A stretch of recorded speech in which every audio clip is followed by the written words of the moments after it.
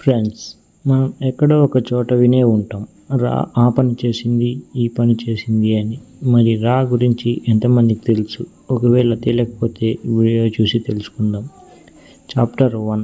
రా అంటే ఏమిటి? ప్రపంచ గూఢచార రంగంలో కొన్ని పేర్లు వింటూనే ఉంటాం. శత్రు దేశాలకు మనకు పుట్టించే CIA, MI6, మొసాద్. అయితే వీటితో సమానంగా ఎలాంటి శబ్దం చేయకుండా శత్రువు గుండెల్లో నిద్రపోయే మరో నిఘా సంస్థ ఉంది. అదే భారతదేశపు అత్యంత శక్తివంతమైన రీసెర్చ్ అండ్ అనాలిసిస్ వింగ్. అసలు రా అంటే ఏమిటి?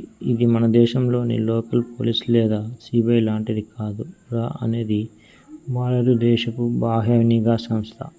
అంటే దీని పని కేవలం విదేశీ గడ్డపై మాత్రమే ఉంటుంది. భారతదేశానికి వెలుపల పొంచి ఉన్న ముప్పులను పసిగట్టడం, శత్రు దేశాల వ్యూహాలను తెలుసుకోవడం, అంతర్జాతీయ ఉగ్రవాదాన్ని అణిచివేయడం మరియు రహస్య ఆపరేషన్లు నిర్వహించడం దీని ముఖ్య ఉద్దేశం. ఈ సంస్థ నేరుగా భారత ప్రధానమంత్రికి మాత్రమే నివేదిస్తుంది. చాప్టర్ 2. ఎప్పుడు, ఎలా ప్రారంభమైంది?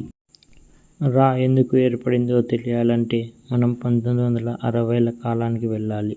అప్పట్లో భారతదేశానికి ఇంటెలిజెన్స్ బ్యూరో అనే ఒక్క నిఘా సంస్థ మాత్రమే ఉండేది. ఇది దేశం లోపల, దేశం బయట కూడా నిఘా చూసుకునేది. కానీ 2 పెద్ద యుద్ధాలు భారతదేశపు ఆలోచనను మార్చేశాయి. 1962లో చైనాతో జరిగిన యుద్ధంలో, అలాగే 1965లో పాకిస్తాన్తో జరిగిన యుద్ధంలో సరైన ముందస్తు సమాచారం లేకపోవడం వల్ల భారతదేశం తీవ్ర ఇబ్బందులు ఎదుర్కొంది. దేశం లోపల నేరాలను అదుపు చేయడం వేరు, విదేశాల్లో శత్రువుల అణు రహస్యాలను, సైనిక వ్యూహాలను కనిపెట్టడం వేరు అని భారత ప్రభుత్వం గ్రహించింది. విదేశీ నిఘా కోసం ఒక ప్రత్యేక సంస్థ ఉండాలని నిర్ణయించింది. దీని ఫలితంగా 1968 సెప్టెంబర్ 21న అప్పటి ప్రధానమంత్రి ఇందిరాగాంధీ సారథ్యంలో రా అధికారికంగా ఏర్పాటైంది. చాప్టర్ 3. రా చేసిన టాప్ ఆపరేషన్స్. రా ఒక రహస్య సంస్థ కాబట్టి దీని 100% విజయాలు ఎప్పటికీ బయట ప్రపంచానికి తెలియవు. కానీ చరిత్ర ఆధారంగా బయటకు వచ్చిన కొన్ని అత్యుత్తమ ఆపరేషన్స్ ఇప్పుడు చూద్దాం. ఆపరేషన్ 1.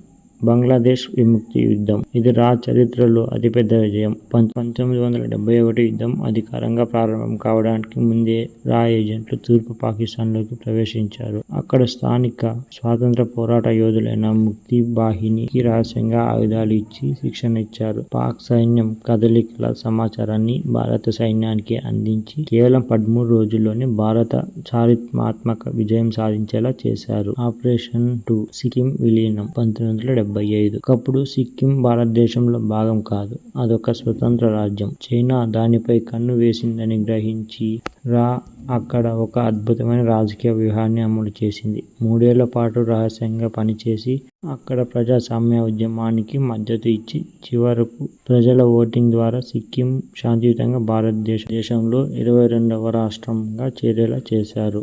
చాప్టర్ 4. రా చీఫ్స్. మొదటి మరియు ప్రస్తుత చీఫ్. ఎంత గొప్ప సంస్థకైనా నాయకత్వం చాలా ముఖ్యం. రా చరిత్రను మలుపు తిప్పిన 2 వ్యక్తుల గురించి ఇప్పుడు మాట్లాడుకుందాం. రా మొదటి చీఫ్ రామేశ్వర్నాథ్ కావ్.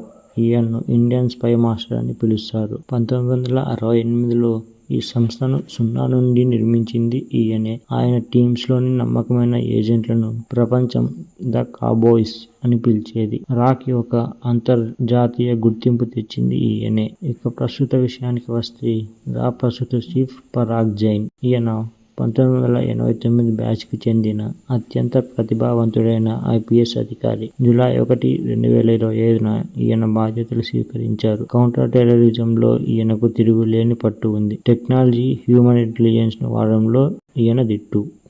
చాప్టర్ 5.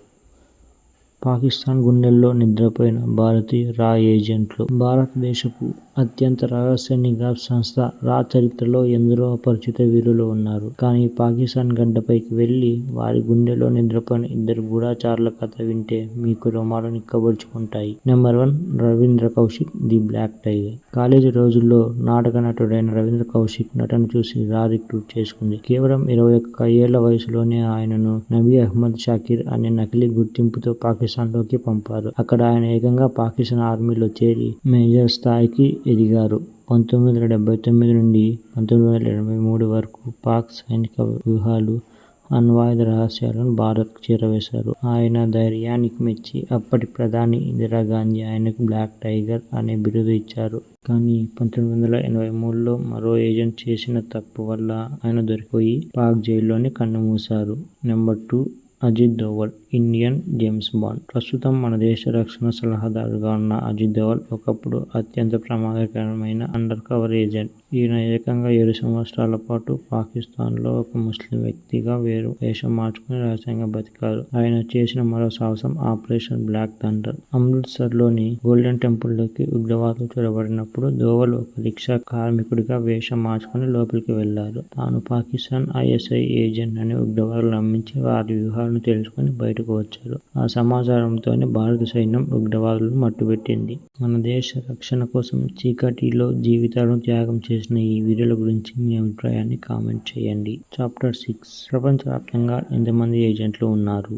ఇప్పుడు అందరికీ వచ్చే అతిపెద్ద ప్రశ్న, అసలు ప్రపంచవ్యాప్తంగా ఎంతమంది ఏజెంట్లు పనిచేస్తున్నారు? నిజానికి దీనికి ఖచ్చితమైన సమాధానం ఎవరికీ తెలియదు. భారత ప్రధానమంత్రి కార్యాలయానికి తప్ప ఈ నెంబర్ ఎవరికీ అందుబాటులో ఉండదు. వీరికి ఎలాంటి పబ్లిక్ డైరెక్టరీ గానీ బడ్జెట్ వివరాలు గానీ ఉండవు. కానీ అంతర్జాతీయ రక్షణ నిపుణుల అంచనా ప్రకారం రాలో సుమారు 8,000 నుండి 10,000 మంది సిబ్బంది ఉన్నారు. అయితే ఇక్కడే ఒక ట్విస్ట్ ఉంది. ఈ 10,000 మందిలో ఢిల్లీ హెడ్ క్వార్టర్స్ లో ఉండే ఆఫీస్ స్టాఫ్, డేటా అనలిస్టులు, సైబర్ ఎక్స్పర్ట్స్ కూడా ఉంటారు. కానీ నిజమైన ఫీల్డ్ ఏజెంట్ అంటే వేరే దేశాల్లో తమ గుర్తింపు మార్చుకొని సాధారణ పౌరులుగా జీవిస్తూ గూఢచార్యం చేసే అసలు స్పైలు కేవలం కొన్ని వందల నుండి 2,000 మంది వరకు మాత్రమే ఉంటారని అంచనా. వారు అమెరికా, యూరప్, మిడిల్ ఈస్ట్ మరియు ఆసియా దేశాల్లో సైలెంట్ గా దేశం కోసం పనిచేస్తున్నారు. కంక్లూజన్: మనం ప్రశాంతంగా నిద్రపోవడానికి కారణం చీకట్లో జీవించే ఇలాంటి ఎందరో అపరిచితులు. అలాంటి వీరులు చేసే పనిని ఎవరూ చేయలేనిది. దీనికి ఎగ్జాంపుల్ గా మనం ఈ మధ్య కాలంలో చూసిన దురంధర్ మూవీని. ఈ వీడియో నచ్చినట్లయితే లైక్ చేయండి. మరిన్ని ఇంట్రెస్టింగ్ వీడియోల కోసం సబ్స్క్రైబ్ చేసుకోండి. జై హింద్.